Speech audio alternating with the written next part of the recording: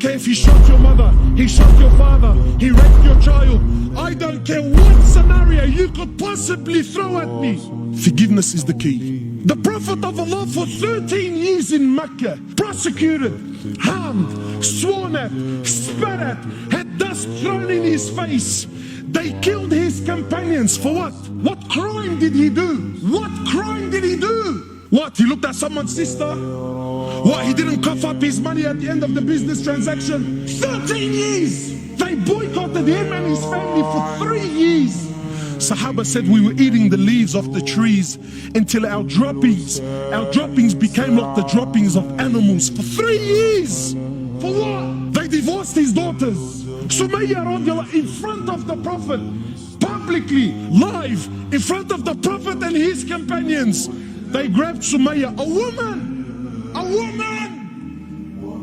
They grabbed her publicly. They opened her legs in front of her husband and her son, and they rammed a spear into her private parts until they killed her.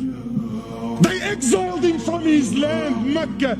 Exiled him for 18 months in Medina. 18 months he was crying. Why? Because he was missing the Kaaba so much. They stabbed his pregnant daughter. As a result, she lost her child. A few months later, she ended up dying in Medina. He buried every one of his children while he was alive, except for Fatima. In Uhud, you know, it's one thing to go to war and kill. That's fine, he killed the man. In Uhud, they massacred the dead. His uncle Hamza, they cut his nose off, they cut his ears off, they ripped his liver out. Hind took a bite from his liver and spat it on the floor. Sahaba said when the Prophet of Allah seen Hamza, we never seen him cry like he cried when he seen his uncle Hamza.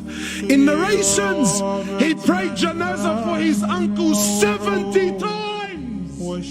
So much horror and so much pain for years. And then when Fatah Makkah came, and now he comes back victorious with an army of 10,000 companions, an army the which Arabia never seen in their lives. Men who at the drop of a word were happy to give their lives just to see him smile. He enters into the Haram of Mecca, 10,000 soldiers surrounding, and those people that harmed him for years and years and years. Not Muslims, and I'm asking you to forgive your Muslim brother.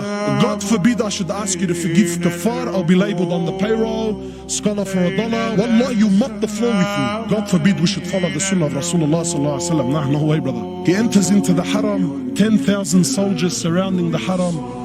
Those people that harmed him for years and years. Where are they going to go now, bro? Talk about the tables turning, huh? So he looks at them, he says to them, and what do you think I will do with you today? What do you think I will do today?